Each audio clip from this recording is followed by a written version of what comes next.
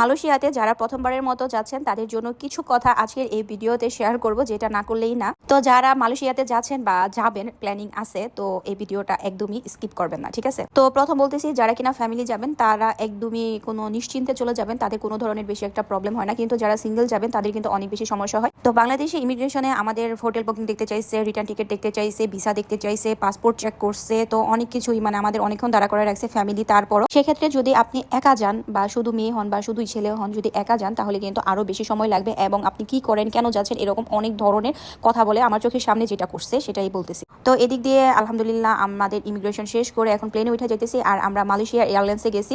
তো আমাদের অন টাইমেই প্লেনে উঠাইছে, ঠিক আছে, বাট একটু লেট হয়েছে প্লেনটা ছাড়তে, কেন তাই সেটা আমি আসলে জানি না। তো প্লেনে ওঠার পরই আমার বাচ্চাকে একটা সুন্দর কিউট গিফট দেয়। তো মালয়েশিয়া এয়ারলাইন্স আমার কাছে বেশ ভালো লাগছে বাংলাদেশের এয়ারলাইন্সগুলোতে। তো যাই হোক, এখন আসল কথায় আসি।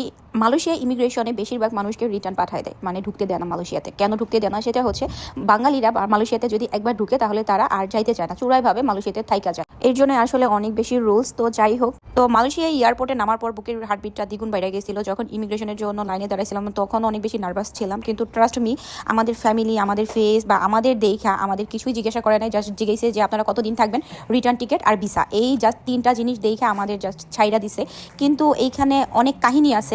কাহিনী হচ্ছে যে আপনার ড্রেস বা আপনার মুভমেন্ট বা আপনার কনফিডেন্স বা আপনার যেই পেপারসগুলো আছে, আপনার কথা বলার স্টাইল, সব কিছু তারা নোটিস করে। এবং আপনি যদি আসলে ভিতরে যদি কোনো ধরনের শয়তানি থাকে, তারা আপনার চেহারা, আপনার চোখ দেখলেই ধরে ফেলতে পারবে। আর আপনি সত্যি যদি ট্যুরিস্ট হন তাহলে আপনাকে কোনো ধরনের প্যারা দিবে না, কিছুই করবে না, শুধু সম্মানে ওয়েলকাম জানাবে তাদের দেশে। সত্যি কথা। পেপারসের মধ্যে অবশ্যই হোটেল বুকিং, ফুল পেমেন্ট দিয়ে হোটেল বুকিং এর পেপারস নিয়ে আসবেন। তার মধ্যে রিটার্ন টিকিট অবশ্যই থাকবে। তো এইটাই কনফিডেন্স থাকতে হবে, আর নিশ্চিন্তে আল্লাহ নাম নিয়ে বাসা থেকে বের হবে।